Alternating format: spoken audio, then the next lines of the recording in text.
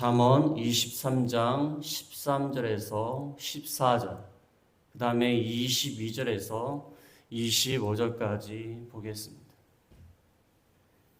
13절에 아이를 훈계하지 아니하려고 하지 말라. 채찍으로 그를 때릴지라도 그가 죽지 아니하리라. 내가 그를 채찍으로 때리면 그의 영혼을 수월에서 구원하리라. 너를 낳은 아비에게 정정하고 내 늙은 어미를 경역이지 말지니라. 진리를 사대에 팔지는 말며 지혜와 훈계와 명철도 그리할지니라. 의인의 아비는 크게 즐거울 것이요 지혜로운 자식을 낳은 자는 그로 말미암아 즐거울 것이니라. 내 부모를 즐겁게 하며 너를 낳은 어미를 기쁘게 하라. 그래서 13절 14절 말씀, 그 다음에 22절 25절 말씀입니다. 이 말씀을 통하여 서로가 행복한 가정, 서로가 행복한 가정. 5월은 가정의 달입니다. 그래서 어린이날도 있고 어버이날도 있고 그 다음에 스승의 날도 있습니다.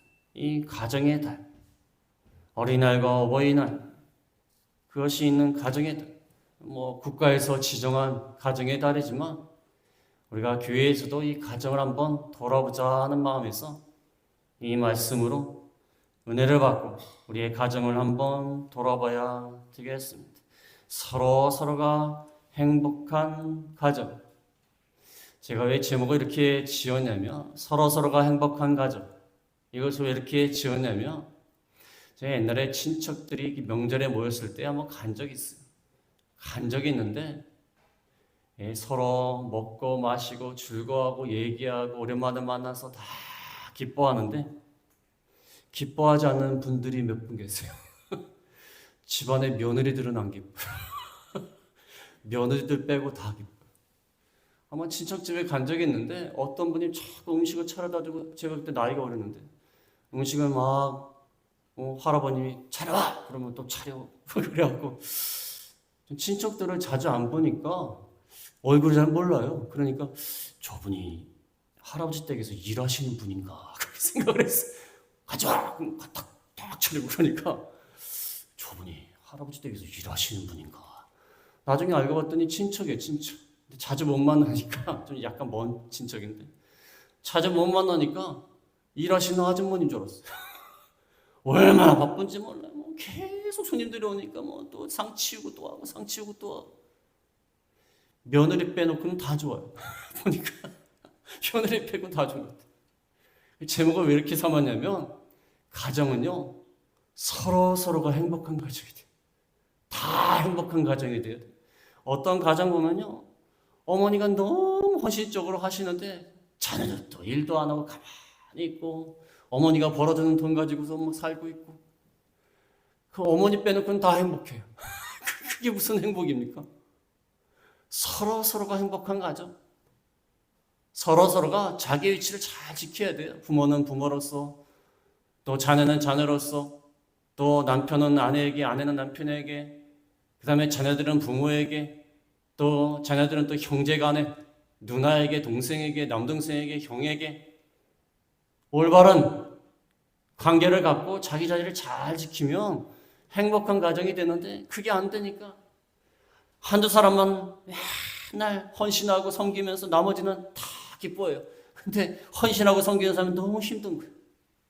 서로가 자기의 위치에서 하나님 말씀대로 올바로 하면 우리가 서로가 행복한 가정이 될 수 있다. 웰스라는 사람이 있습니다. 인터넷을 보다가 찾았는데 H.G. 웰스라는 사람이 있는데 가정이야말로 고달픈 인생의 안식처다. 모든 싸움이 자취를 감추고 사랑이 싹 트는 것이다.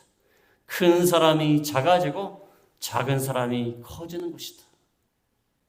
이 마지막 말이 참 좋은 것 같아요. 큰 사람이 작아진다. 밖에서 아무리 큰 사람, 유명한 사람을 할지라도 집에 오면 엄마예요, 엄마.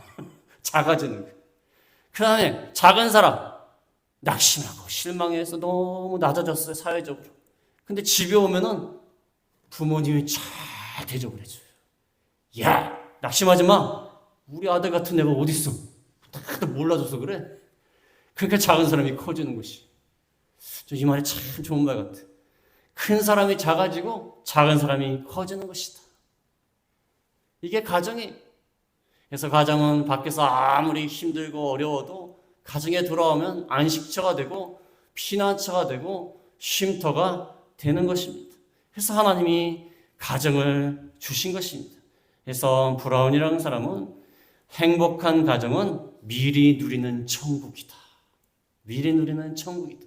하나님이 하나님 나라에 가기 전에 하나님 나라가 이렇다는 것을 보여주기 위해서 행복한 가정을 체험하게 하시는 거예요.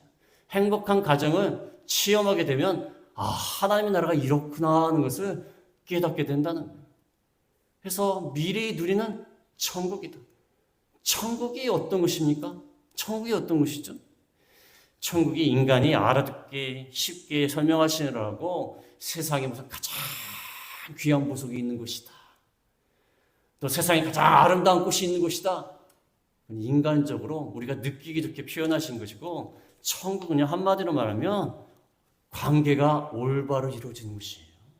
하나님과의 관계가 올바로 이루어지고 우리 인간과의 관계가 올바로 이루어지는 것이 바로 천국이에요. 관계가 올바로 이루어지는 것이 천국입니다. 각자가 각자의 위치에서 자기의 몫을 잘 감당함으로 모든 사람이 행복한 것이 천국이에요. 그게 천국입니다. 그래서 우리가 가정을 통해서 가정이 부모와 자녀, 자녀가 부모, 형제들끼리 잘 관계가 이루어지면요, 그게 천국인 겁니다. 그래서 미리 맛보는 천국이 행복한 가정이라는 것입니다. 하나님이 아담을 지으신 다음에, 아담을 자신의 형상대로 지으신 다음에 가장 먼저 하신 일이 뭐죠? 가장 먼저 하신 일. 아담에게 빵을 주었습니까? 아담에게 아름다운 옷을 입혀줬습니까? 가장 먼저 하신 일이 하와를 만드시고 가정을 이루게 하셨어요. 이 가정이 그렇게 중요하다는 거예요. 그 어떤 나라도요, 가정을 중요하게 생각하지 않는 나라는 없습니다. 가정이 제일 중요한 거예요. 여기가 행복해야 모든 일을 잘 할 수가 있고, 여기가 행복해야 모든 일이 다 잘 될 수 있어요. 그래서 우리가 가정의 달을 맞이해서 오늘 잠언에 주시는 말씀 가운데 잠언에 보니까요, 이 가정에 대한 것이 너무 많습니다. 찾아보니까 너무 많아가지고 이건 어떻게 해야 되나 너무 많아요. 그 중에서 한 가지만 찾았습니다. 잠언 23장 13절에서 14절, 그 다음에 22절에서 25절 말씀을 통하여서 우리가 서로가 행복한 가정이 되어야 되겠습니다. 첫 번째로 드릴 말씀은 부모는 엄격하게 훈계하라. 엄격하게 훈계하라. 13절에서 14절 말씀입니다. 13절에 보면 아이를 훈계하지 아니하려고 하지 말라. 채찍으로 그를 때릴지라도 그가 죽지 아니하리라. 내가 그를 채찍으로 때리면 그의 영혼을 수월에서 구원하리라. 아이를 훈계하지 아니하려고 하지 마라. 한마디로 훈계해라. 훈계하는데, 책망하는데, 징계하는데 채찍으로 때릴지라도 죽지 않을 것이다. 이거 아이를 너무나 소중히 여겨가지고 훈계하지도 않고, 훈계를 하더라도 채찍으로 안 때리는 거야. 너무 마음이 아프다고. 너 채찍으로 때리면 어떻게 되겠어? 물론 요즘 채찍으로 때리면 큰일 납니다. 경찰서 끌려가요. 채찍으로 때리면 안 돼. 이 말을 문자적으로 받으면 안 됩니다. 그 당시 그렇다는 거예요. 그 당시. 오늘날로 말하면 엄격하게 징계하라는 거예요. 엄격하게 징계해라. 그래서 훈계를 하고 엄격하게 해라. 엄격하게 한다고 그래서 아이가 상처받으면 어떨까? 아이가 이 말을 듣고 낙심하면 어떨까? 요즘에는 너무 한두 사람 하나 둘씩 아이를 낳기 때문에요, 징계를 잘 안 해요. 훈계하지 않아요. 왜냐하면 아이들이 저렇게 장난을 치는데 왜 아무 말도 안 하십니까? 그러면 부모님 뭐라고 하는지 아세요? 너무 야단치면요, 애가 자신감을 잃는데요. 자신감을 잃는데요. 제 생각엔요, 그러한 자신감을 갖고 자라다 보면요, 불법적인 일에 자신감을 갖게 돼요. 불법적인 일에 자신감을 갖게 돼 있어요, 그거는. 그렇지 않습니까? 자신감을 잃을까봐 징계하지 않는데요. 큰일 날 소리 하는 겁니다. 큰일 날 소리 하는 거예요. 그렇지 않습니까? 이 조경하시는 분들 보면은 나무를 키울 때 나무가 어느 정도 자라다가 막 삐뚤빼뚤 이렇게 자라면 어떻게 하죠? 어느 정도는 쳐줘야 돼, 가지를. 그 다음에 과일나무를 키우신 분들은요, 잘 안 되는 가지는 쳐줘요, 일부러. 그래야지 한쪽으로 영양분이 몰아갈 거 아닙니까? 아, 이 나무를 자꾸 자르면 안 된다. 나무를 놔둬야 된다. 왜? 자신감을 잃을까봐. 그렇다고 해서 나무를 놔두면 어떻게 되죠? 이거 뭐, 난리가 나는 거야, 난리가 나는 거야. 지멋대로 막 자라는 거야, 지멋대로 막 자라는 거야. 자신감은 잃을까봐 훈계하지 않는다고 말이 안 돼요. 낙심할까봐, 절망할까봐 훈계하지 않는다? 큰일 납니다. 진짜 절망할 날이 와요, 그러다가. 진짜 절망할 날이 와요. 채찍으로 때릴지라도 죽지 않을 것이다. 진짜 그 아이를 죽이는 건 뭐죠? 징계하지 않아서 그 아이가 잘못되면 진짜 그 아이를 죽이는 겁니다. 내가 채찍으로 때릴까 봐 혹시 낙심하지 않을까? 혹시 위험하진 않을까?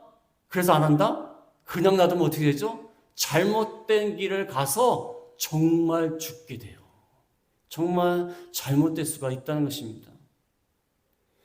14절에 보면은 내가 그를 채찍으로 때리면 그의 영혼을 수월은 죽음의 세계예요.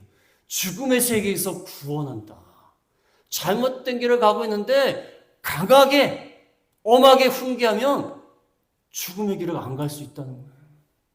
그렇지 않습니까? 아니 어떤 사람이 낭떠러지를 향해서 가고 있는데 거기다가 거기 가면 죽을지도 몰라 이렇게 말합니까? 이렇게 말해요? 아니 어떤 사람이 고압전류가 흐르고 있는데 거기 만지려고 그래요. 모르고. 그러면 여러분이 뭐라고 얘기해야 돼요? 그 손 대면은 좀 뜨거울 거야. 그렇게 얘기합니까? 그렇게 얘기해요? 큰 소리 치지 않겠어요? 큰일 나! 가면 안 돼! 잡으면 안 돼! 그래 되지 않습니까? 강하게 해야 돼, 강하게.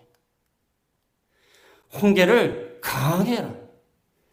근데 잠언 19장 18절 한번 찾아보겠습니다. 잠언 19장 18절에 보면 19장 18절에 내가 내 아들에게 희망이 있은지 그를 징계하되 죽일 마음은 두지 말지니라. 죽일 마음 둬서는 안 된다. 엄격하게 징계하지만 너무 지나치게 정말 모욕적으로 아이가 정말 절망해서 낙심하도록 또한 학대를 하는 그건 잘못된 겁니다. 죽일 마음은 둬서는 안 돼요. 근데 중요한 것은 아들에게 희망이 있은즉 징계하되 징계하는 자는 희망, 징계할 때 희망이 있어. 징계할 때 희망을 두고 징계를 해야 돼요. 그런데 죽일 마음은 두면 되겠습니까?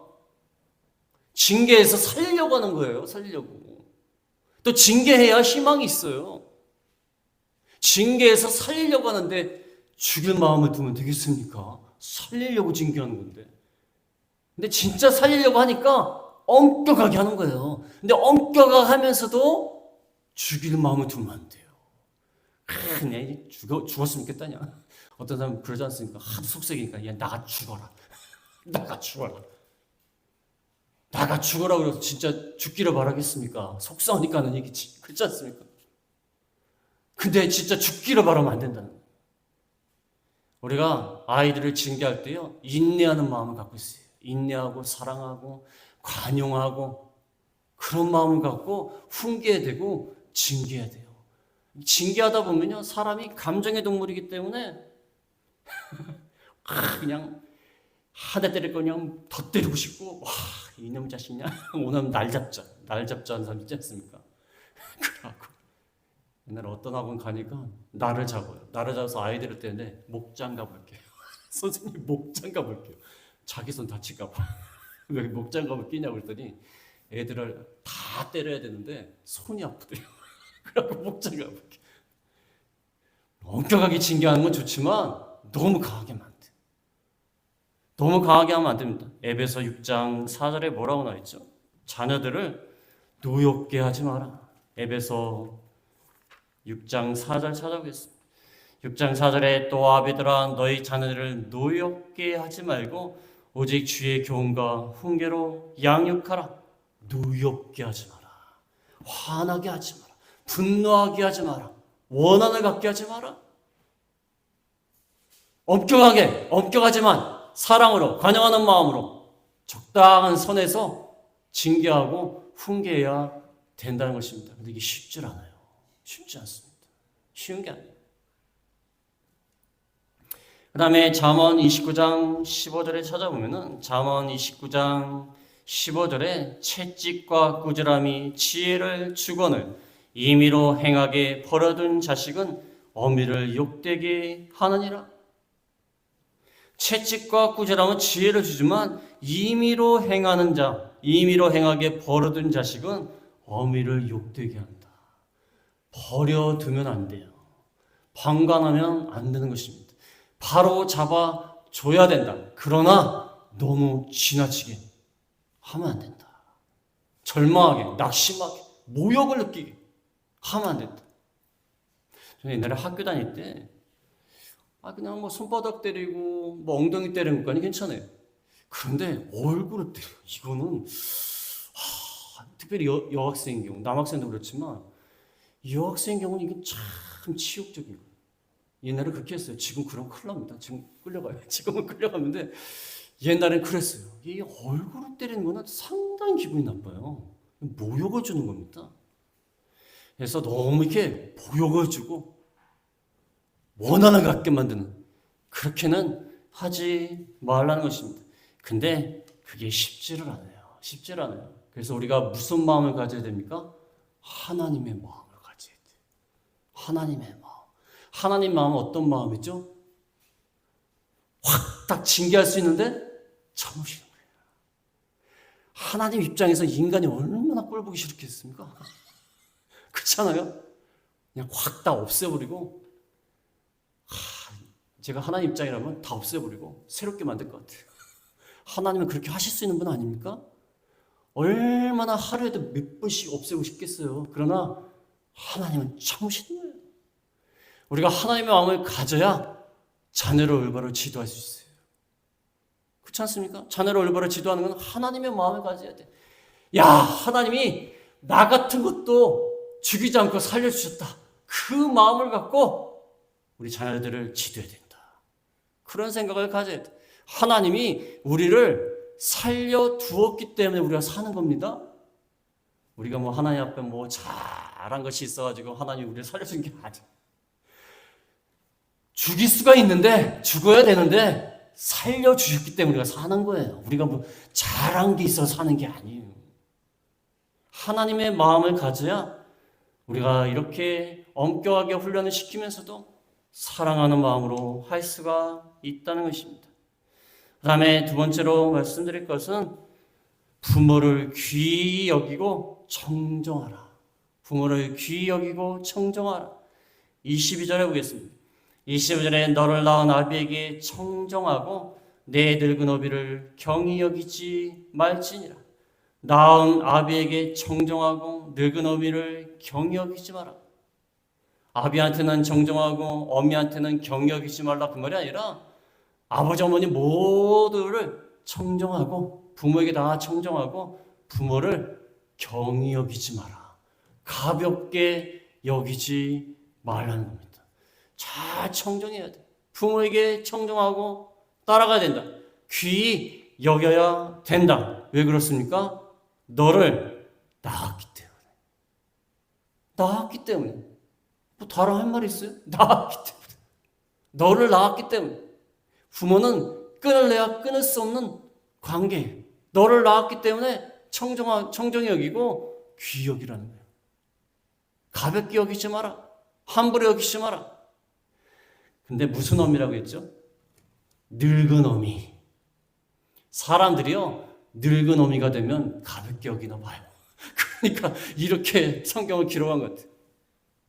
아이고, 엄마가 뭘 한다고 그래. 지금 나이 먹고 귀도 안 들리고 뭐 정신 오락가락하는데 뭘 한다고 그래. 그러면서 늙은 어미를 가볍게 여기가 쉬워요. 특히 우리나라는요, 이 세대 차이가 큽니다. 왜냐하면 부모님 세대는요, 교육을 제대로 못 받은 세대들입니다. 그 다음에 어려운 일을 너무 많이 당했어요. 그 다음에 항상 농사를 짓던 분들이에요.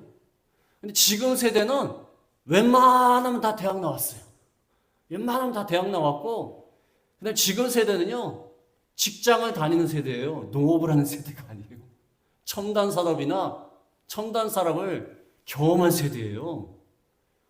세대 차이가 없다 그러면 말이 안 되지 않습니까? 어떻게 세대 차이가 없을 수가 있어요? 저 시골에서 먹개를 하니까, 여기도 시골이지만 더 시골에서 먹개를 하지만 할 때 보니까 나이 드신 분들이 아침에 일찍 일어났어요. 한 3시 반에 일어나서 새벽 예배 오세요. 목사님을 깨워요. 어떤 때는 목사님을 깨워요. 그래서 하도 목사님들이 못 일어나시니까 제가 그냥 기도하다 갈게요. 그러시는 분도 있고, 그분들은 해가 뜨면 새벽 예배를 드리고 해가 뜨면 작업이 시작이 되는 거예요. 해가 지면 퇴근이에요. 근데 직장인들은 9시에 출근해서 6시에 퇴근이에요. 이게 맞겠습니까? 6시에 또 퇴근하는 사람도 있고 야근까지 해요. 근데 이게 맞겠습니까? 안 맞아요. 아침 일찍 부모님은 밤에 막 해요. 그러면 아이들은 일어나기 싫어하고 겨우 밥 먹고 나가는 거예요. 그 다음에 자녀들은 밤에 집에 들어가고 밤늦게 또 컴퓨터로 뭐 해요. 근데 부모님들은 주무세요. 야, 시끄럽다. 빨리 자자. 이게 뭐 세대 차이가 안 날 수가 없어요. 그러나 세대 차이가 나더라도, 늙은 놈이라 하더라도 자기보다 더 못 배웠고 자기보다 더 아는 것이 없고 판단력이 느리고 그렇다 할지라도 가볍게 여기지 말라는 거예요. 하나님의 말씀이에요. 하나님의 말씀. 물론 부모가 좀 약간 정신이 없어서 올바르지 못한 말을 할 때 그걸 다 따라할 수는 없어요. 부모님 말씀이라 무조건 따라한다. 그럴 수는 없어요. 올바로 판단하고 해야 돼. 판단하고. 또 주 안에서 순종해야 돼. 주 안에서. 올바른 일일 때 순종해야 됩니다. 무조건 따라가라는 게 아니에요. 그러나 공경하라는 거예요. 귀히 여기라는 것입니다. 왜? 너를 낳았기 때문에. 너를 낳아서 길러줘서 이렇게 늙었기 때문에. 그렇지 않습니까? 누구 때문에 이렇게 늙었습니까? 부모님 속상하게 하면 뭐라고 그러죠? 어머니 뭐라고 그러죠? 몸이 자꾸 아프다 그러니까, 엄마는 이렇게 맨날 아파. 그러면 너 때문에 아파. 너 때문에. 네 나느라고. 네 나느라고 내가 그냥 고생해갖고 그래서 아픈 거야. 그렇지 않습니까? 우리 때문에 아픈 거야. 우리 때문에. 그래서 우리가 낳은 어미를, 늙은 어미라 할지라도 귀히 여기고 잘 청정하고 따라가야 됩니다. 성경에 재미있는 말씀이 있습니다. 잠언 30장 17절에 보면, 잠언 30장 17절에 아비를 조롱하며 어미 순종하기를 싫어한 자의 눈은 골짜기 까마귀에게 쪼이고 독수리 새끼에게 먹히리라. 참 재밌게 표현했어요. 아비를 조롱하고 어미를 순종하기 싫어한 자의 눈은 골짜기의 까마귀에게 쪼이고 독수리 새끼에게 먹히리라. 먹이가 된다는 거예요. 그 눈은 가치가 없는 눈이에요. 그냥 새 먹이가 된다는 거예요. 얼마나 가치가 없는 눈이. 그래서 조롱하지 말고 불순종하지 말라는 것입니다. 레위기 19장 32절에 보면, 레위기 19장 32절에 너는 센 머리 앞에서 일어서고 노인의 얼굴을 공경하며 네 하나님을 경외하라. 나는 여호와니라. 샘머리 앞에서, 백발머리 앞에서 일어나라. 백발머리 앞에서 일어나라. 노인의 얼굴을 공경하라. 마지막에 뭐가 나왔죠? 이 말이 더 중요해요. 네 하나님을 경외하라. 부모님을 경외하지 않는 사람은 하나님을 경외할 수 없어요. 부모님을 경외하다가 보면 하나님도 경외하게 돼 있어요. 그렇지 않습니까? 또 다른 말로 하면 하나님을 경외한다고 하면서 부모님을 경외하지 않는다? 그럼 말이 안 되는 거예요. 말이 안 되는 겁니다.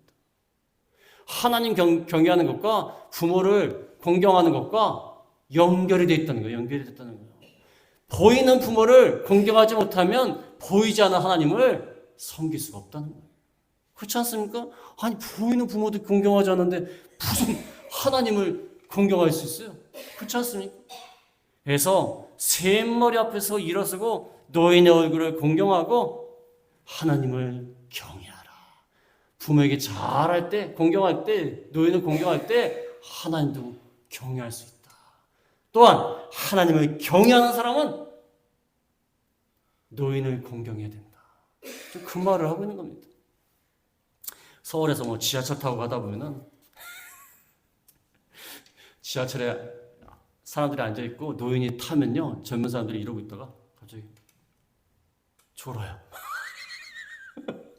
난 못 봤다.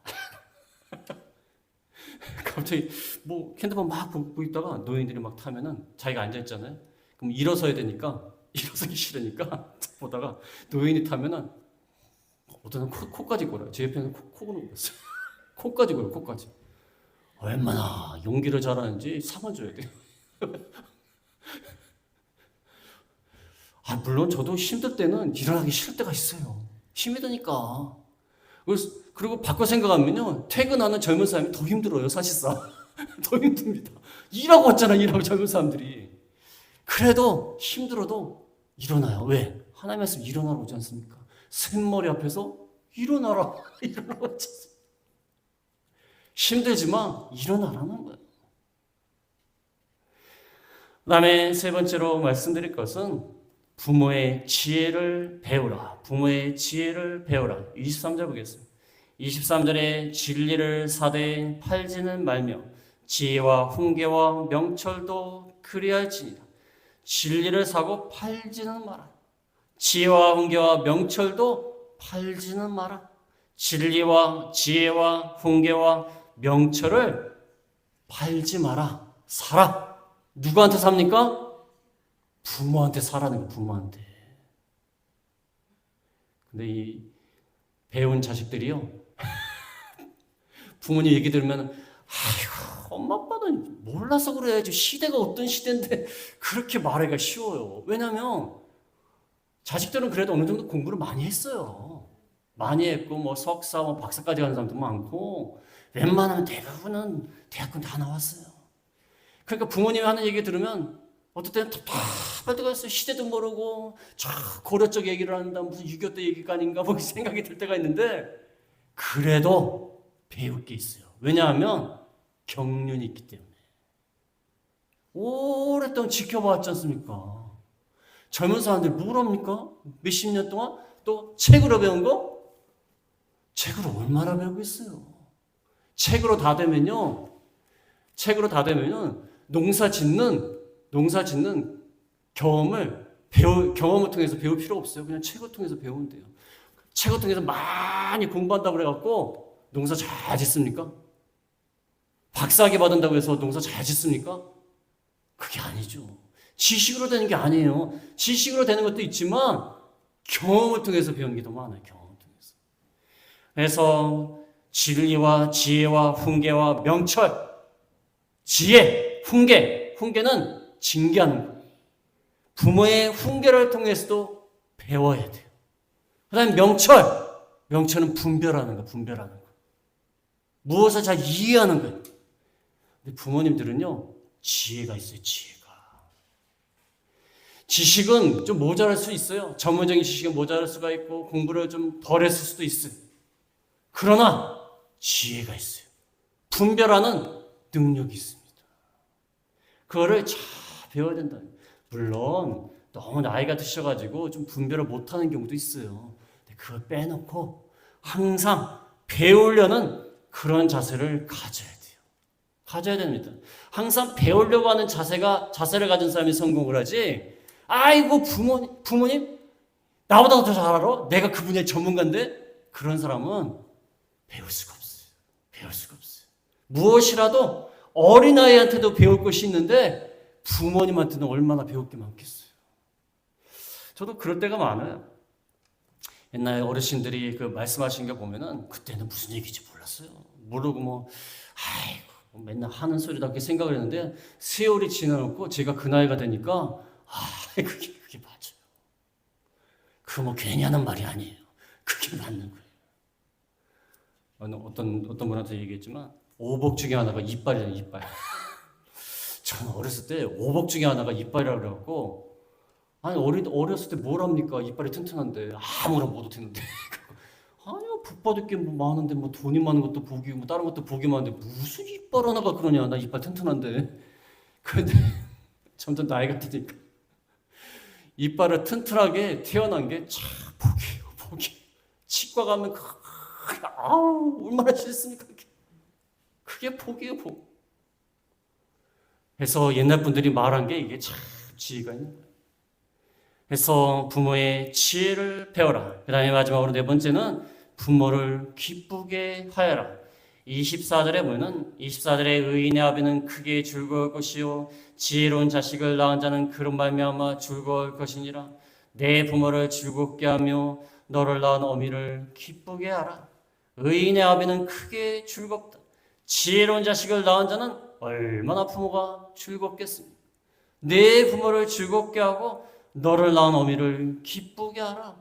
자녀들이 잘 되면요, 부모님들이 얼마나 기쁘고 행복합니까? 그렇지 않습니까? 우리의 부모님을 기쁘게 하여라. 반대로 우리 부모님들도요, 자녀들을 기쁘게 해야 돼요. 기쁘게 해야 돼요. 야, 너만 기쁘게 해라. 그게 아니라 우리 부모님도 자녀들을 기쁘게 해야 돼요. 기쁘게 해야 돼요. 또 우리가 자녀들이 잘 되게 하려면 부모가 모본을 보여야 돼요. 모본을 보여야 그걸 잘 닮아서 잘 될 수 있어요. 또 잘 되면 누가 기쁩니까? 부모가 기쁜 거예요. 그러니까 서로서로가 행복한 거예요. 우리 부모님이 모본을 보여야 돼요. 모본을. 모본을 보이면 자녀들이 따라와요. 따라와서 잘 되면 누가 기쁩니까? 자녀만 기쁩니까? 부모도 기쁜 거예요. 부모도. 그러니까 부모가 모본을 보여야 돼요. 모본을. 그래서 어떤 목사님하고 말씀을 이렇게 나누다가 자기는 습관적으로 아침에 일어나면요 무조건 무릎 꿇고 기도를 한대요. 왜 그런지 모르겠대요. 아침에 일어나자마자 무조건 무릎 꿇고 기도를 한대요. 가만히 생각하니까 우리 어머니가 그렇게 하셨대요. 옆에서 보다가 배운 거예요. 배운 거. 옆에서 참 이렇게 들고 있으면 갑자기 일어나고 무릎 꿇고 뭐 기도하시는 거예요. 그러니까 그걸 계속 20년 동안 20년 넘게 보다 보니까 자기도 모르게 그 습관이 되어버렸대요. 습관이 된 다음에 나중에는 어른이 된 다음에 이게 괜찮은 습관이다 생각해갖고 그렇게 한다는 거예요. 이게 무서운 겁니다. 무서운 거예요. 부모가 모본을 보이는 게 무서운 거예요. 자녀들이 안 보는 것 같아도요 다 보고 있어요. 저도 가끔씩 무슨 행동을 할 때 옛날 우리 아버지가 했던 행동들 제가 지금 하고 있어요. 그럴 때가 있어요. 가끔씩 어디서 많이 봤는데 그러면 아버지가 제 나이 때 하던 행동이에요. 그거를 자신도 모르게 하고 있어요. 그거를. 그러니까 우리가 부모가 올바른 모습을 보여야 자녀들이 올바른 모습을 따라해요. 근데 어렸을 때부터 어머니 아버지가 맨날 남의 물건이나 훔치고 사기나 치고 그러면 그걸 보고 자란 아이들은 뭘 배우고 있습니까? 아, 사기치고 훔쳐도 되는구나 하는 걸 배우지 않겠습니까? 그래서 우리가 부모도 자녀에게 본이 되어서 자녀가 잘 되게 만들어야 돼. 자녀가 잘 되면 부모가 기쁜 겁니다. 우리 자녀들은요, 부모를 기쁘게 만드는 사람들이 돼야 돼요. 부모를 기쁘게 만들려면요, 우리가 하나님 앞에서 올바로 해야 돼요. 지혜롭게 해야 되고, 하나님을 잘 경외해야 돼요. 그렇게 나가다 보면 잘 되고, 하나님이 성공시켜주고, 출세시켜주고, 그러다 보면 부모가 제일 흐뭇합니다. 제가 농구를 좋아해갖고 농구를 보는데, 여러분 아실지 모르겠지만, 허재 아들이 허웅하고 허운이 있습니다. 두 아들이 있어요. 허웅하고 허운이 있는데, 그 허재라는 유명한 선수의 아들이에요. 근데 경기를 하는데 어떻게 경기하는지 아십니까? 한쪽 팀에는 허웅이 있고 한쪽 팀에는 허운이 있어요. 둘이 경기를 해요. 그것도 결승전에서 1-2를 다퉈요. 근데 어머니 얼굴에 딱 비춰졌는데 아나운서가 뭘 얘기하냐면 저 어머니는 누구를 응원할까요? 아들이 한쪽에는 이쪽에 있고 한쪽에 이쪽에 있는데 얼마나 행복한 고민입니까? 그렇지 않습니까? 아들들이 다 잘 돼갖고 붙고 있는 거지. 누가 이기면 어떻겠습니까? 자기 아들이 이기는데. 그렇지 않습니까? 얼마나 기쁘겠어요. 참, 이게 이런 기쁨이 참 좋은 기쁨입니다. 그래서 오늘 말씀을 통하여 서로가 행복한 가정이 되기를 위해서 힘들지만 우리가 노력하고 힘써서 하나님 앞에 인정받는 가정이 다 되겠습니다. 말씀을 생각하시면서 잠깐 기도하겠습니다.